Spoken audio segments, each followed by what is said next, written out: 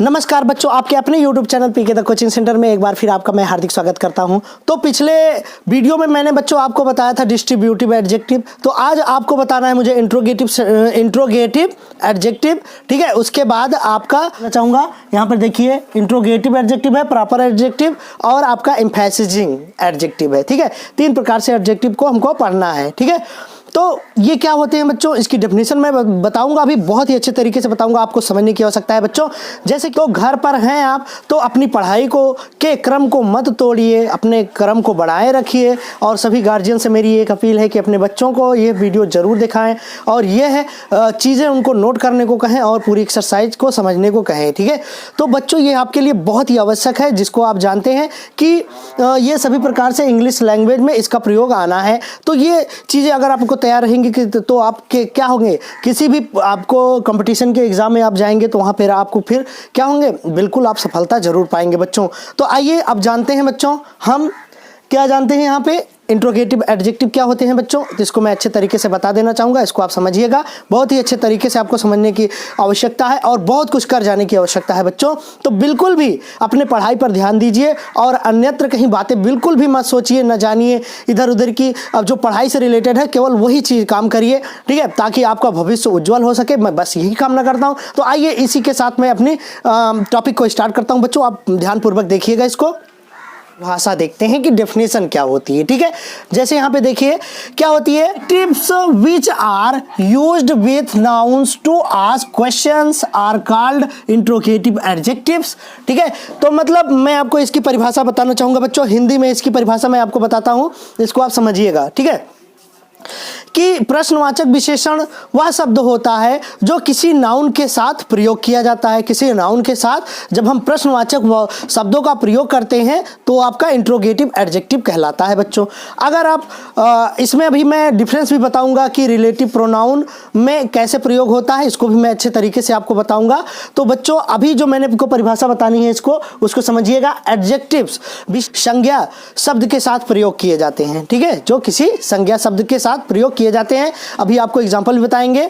ठीक है, देखिएगा, जैसे एग्जाम्पल देखेंगे। वाट है, वाट मतलब क्या या कौन सी। देखिए विच मतलब कौन सी, या हुज मतलब किसका या किसकी। ठीक है, तो बच्चों ये क्या है, आपके एडजेक्टिव्स हैं। क्या है, एडजेक्टिव्स हैं। तो आइए आपको एग्जाम्पल के माध्यम से आपको बताया जाए। ठीक है, देखिए पहला एग्जाम्पल, बड़े ही ध्यानपूर्वक देखने की आवश्यकता है आप सभी को। ठीक है, देखिए लिखा है whose pen is this, whose pen is this.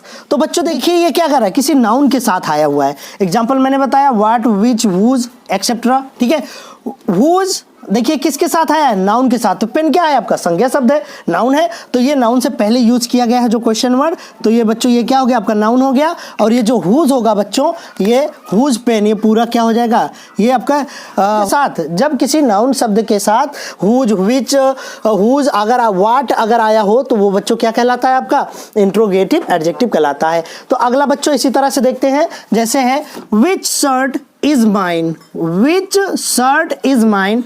तो विच क्या है, ये आप देख रहे हैं, विच आपका ये अभी मैंने बताया कि ये इंट्रोगेटिव एडजेक्टिव के अंतर्गत आता है, लेकिन किससे पहले होगा बच्चों, ये होगा आपका किसी नाउन से पहले। तो ये देखिए विच मतलब शर्ट, इज माइन। तो इसका अगर हिंदी में हम लोग ट्रांसलेशन करना चाहेंगे, अगर हिंदी में जानना चाहेंगे बच्चों, तो क्या हो जाएगा, देखिए मेरी कौन सी शर्ट है, मेरी कौन सी शर्ट है, मेरा कौन सा कमीज है, इसको हिंदी में आप समझ लिए। ठीक है, तो विच शर्ट बच्चों ये क्या हो गया आपका, ये इंट्रोगेटिव एडजेक्टिव होगा। ठीक है, अगला देखते हैं बच्चों, जैसे यहाँ पे देखिए नेम क्या है, नेम भी आपका ये नाउन है और उससे पहले व्हाट लगा है, तो व्हाट नेम मतलब क्या नाम। ठीक है, what name do you speak. ठीक है, what name do you speak, आप कौन सा नाम बोलते हैं। तो बच्चों देखिए जो व्हाट होगा ये नाउन से पहले लगा है, तो ये क्या हो जाएगा, आपका इंट्रोगेटिव एडजेक्टिव होगा। तो इसी प्रकार से आगे हम देखते हैं बच्चों, अगला वाक्य है आपका what colour do you like, what colour do you like, आप कौन सा रंग पसंद करते हो या क्या रंग पसंद करते हो। तो यहाँ पे व्हाट जो होगा बच्चों, व्हाट कलर, ये पूरा क्या हो जाएगा आपका एडजेक्टिव। कौन सा होगा बच्चों, इंट्रोगेटिव एडजेक्टिव होगा। ठीक है, अब बताता हूँ कि रिलेटिव प्रोनाउन। ठीक है, रिलेटिव प्रोनाउन और इसमें डिफरेंस क्या है। ठीक है, तो बच्चों आप ध्यान दीजिएगा, जब जब यही जो हुज, देखिए हुज वाट, अगर यही शब्द अगर नाउन के साथ किसी के साथ प्रयोग किए जाते हैं तो आपका प्रश्नवाचक विशेषण कहलाएंगे। ठीक है, अगर यही कहीं किसी वाक्य में अकेले रहते हैं तब उस स्थिति में ये इंट्रोगेटिव प्रोनाउन कहलाते हैं। तो डिफरेंस आपको क्लियर हो गया बच्चों। अगर नाउन के साथ आया रहेगा तो क्या होगा, ये इंट्रोगेटिव एडजेक्टिव होगा। ठीक है, अगर नाउन उसमें नहीं रहता है, मतलब इन शब्दों के बाद क्या होगा, नाउन नहीं रहेगा, तो उस स्थिति में क्या होंगे, ये इंट्रोगेटिव प्रोनाउन होंगे। ठीक है, तो आइए क्या है वो प्रॉपर एडजेक्टिव। क्या है बच्चों, प्रॉपर एडजेक्टिव। तो प्रॉपर एडजेक्टिव क्या होता है बच्चों, ये होता है व्यक्तिवाचक विशेषण। ठीक है, व्यक्तिवाचक विशेषण। तो सबसे पहले मुझे बताने की आवश्यकता है कि इसकी डिफिनीशन क्या होती है, इसकी परिभाषा क्या होती है। ठीक है, अंग्रेजी में जानते हैं।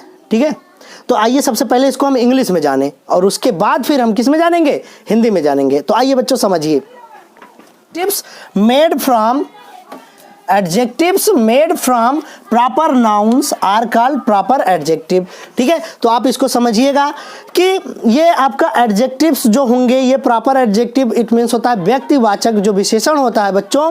यह ध्यान देखिएगा, ये क्या होगा, ये किसी प्रॉपर नाउन यानी व्यक्तिवाचक विशेषण, मतलब व्यक्तिवाचक संज्ञा शब्द से बनेगा। ठीक है, जो व्यक्तिवाचक संज्ञा होता है प्रॉपर नाउन होता है पर्सन, पर्टिकुलर पर्सन, प्लेस और थिंग्स होता है। ठीक है, इसको आप जानते हैं। तो वैसे ही ये किससे बनता है, जो ये व्यक्तिवाचक विशेषण है बच्चों, ये किससे बनता है, ये आपका प्रॉपर नाउन से बनता है। जैसे हम लोग भारत में रहते हैं तो भारत के लोग क्या कहलाएंगे, इंडियन कहलाएंगे। तो भारत के वासी क्या होते हैं, इंडियन होते हैं। तो वही उसकी क्या हो जाएगी, आपका प्रॉपर, वो प्रॉपर एडजेक्टिव बनता है। ठीक है, कैसे, आइए देखते हैं इसको भी। जैसे ध्यान दीजिएगा, जैसे इसकी डेफिनेशन मैं एक बार फिर बताना चाहूँगा, adjectives made from proper nouns are called proper adjectives. तो एग्जाम्पल देखिएगा, Ram is an Indian citizen. Ram is an Indian citizen. तो प्रॉपर नाउन बच्चों क्या होगा, इंडियन होगा, इंडिया होगा, प्रॉपर नाउन इंडिया होगा। और वहाँ के जो वासी होते हैं तो विशेषता बता रहे हैं ना, भारत के लोग क्या कहलाएंगे, इंडियन ही तो भारतीय कहलाएंगे, तो इंग्लिश में उसको इंडियन कहते हैं।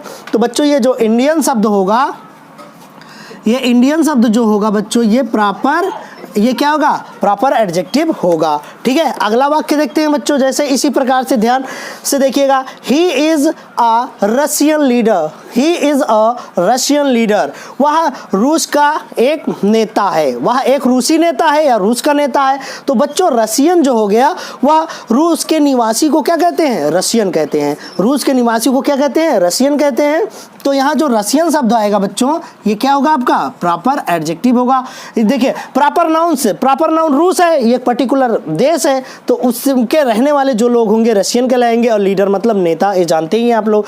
तो यहाँ पे क्या होगा, वह एक रूसी नेता है या रूस का नेता है। तो इस स्थिति में जो रशियन होगा बच्चों, ये सब क्या होगा, ये आपका प्रॉपर एडजेक्टिव होगा। ठीक है, तो आइए अगला एग्जांपल देखते हैं बच्चों। ही earns American dollar.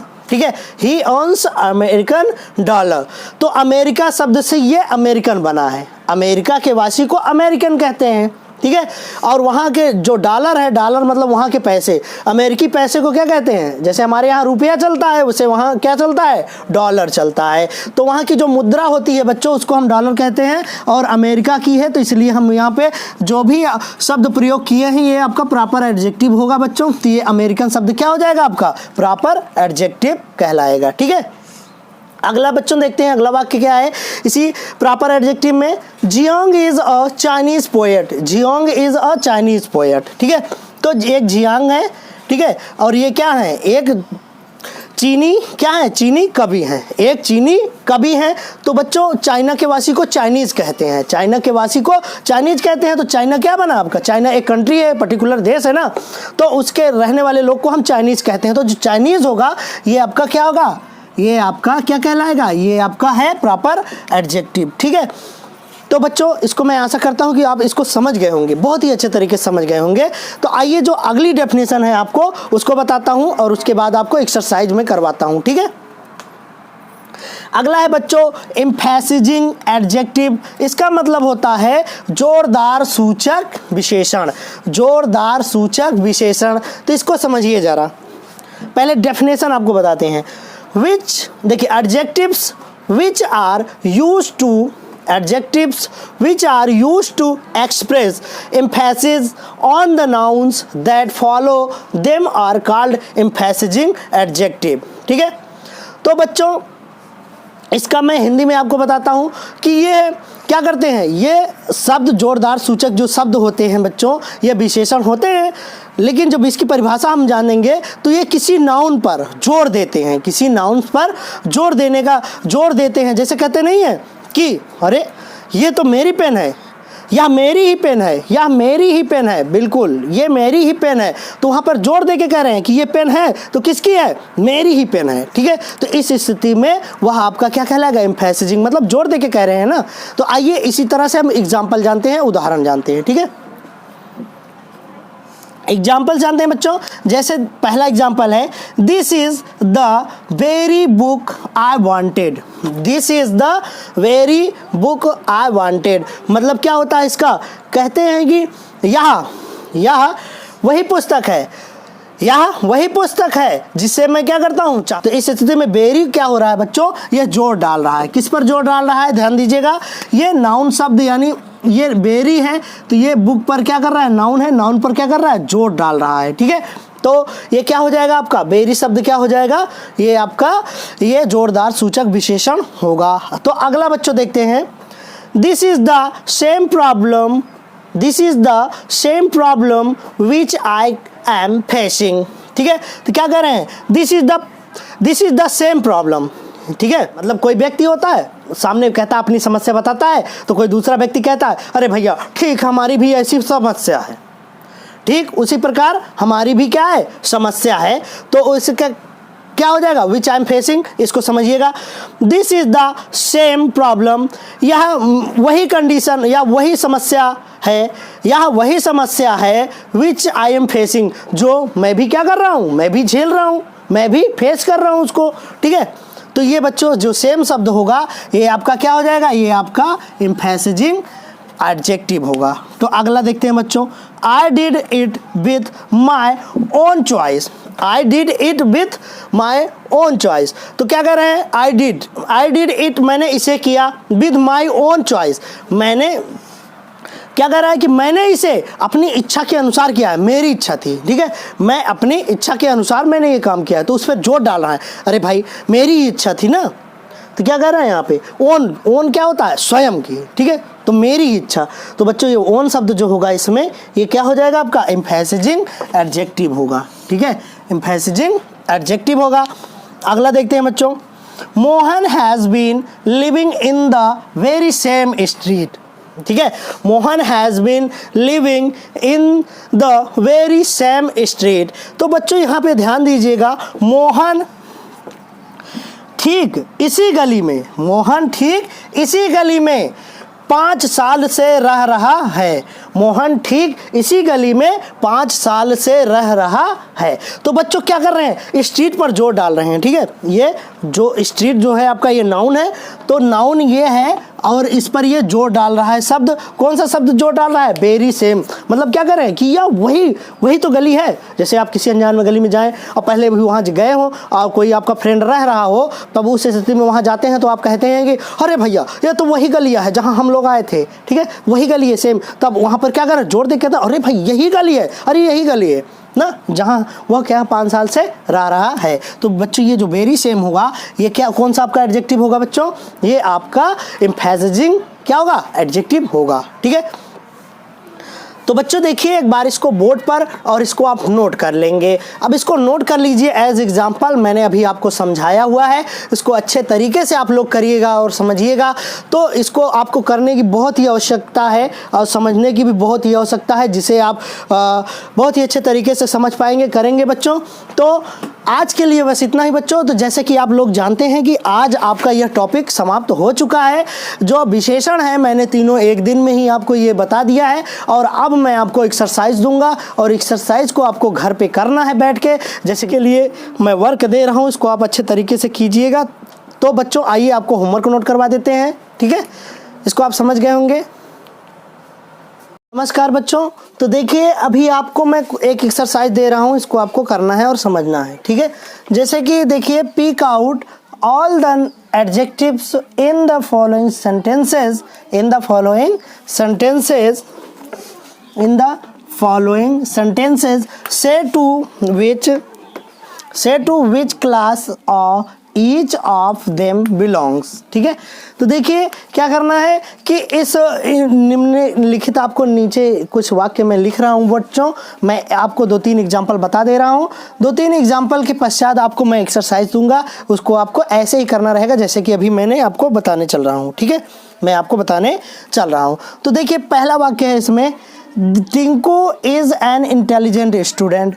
Tinku is an intelligent student. तो बच्चों इसमें देखिए कि जो विशेषण शब्द है वो कौन सा है, तो आइए देखते हैं। टिंकू इज मतलब है, एन मतलब एक, इंटेलिजेंट मतलब बुद्धिमान, स्टूडेंट। तो स्टूडेंट टिंकू है, टिंकू स्टूडेंट है और उसकी क्वालिटी क्या है यहाँ पर कि वो क्या है, इंटेलिजेंट है। तो बच्चों जो बुद्धिमान होगा, ध्यान दीजिएगा, जो बुद्धिमान शब्द है ये इंटेलिजेंट है।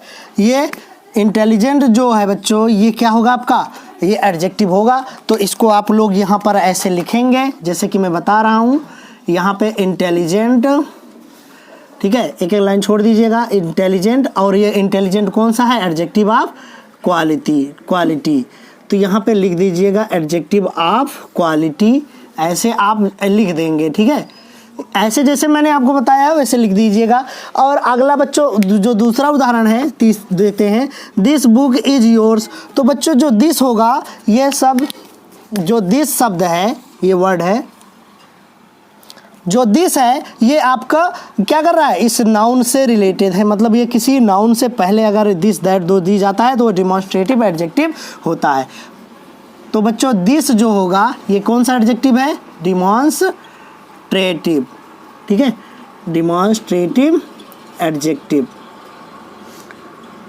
ये संकेतवाचक विशेषण होगा। ठीक है, आइए बच्चों अगला वाक्य देखते हैं, What name do you speak। तो अभी मैंने इसको आपको एग्जाम्पल ही बताया था। ठीक है, तो इसको आपको समझने की आवश्यकता है बच्चों। तो वाट जो होगा ये किसी नाउन शब्द से पहले होगा, तो यहाँ पे वाट जो होगा बच्चों, ये वाट आपका इंट्रोगेटिव एडजेक्टिव होगा। वाट क्या होगा बच्चों, यहाँ पर ध्यान देखिएगा, ये क्या होगा आपका इंट्रोगेटिव एडजेक्टिव होगा।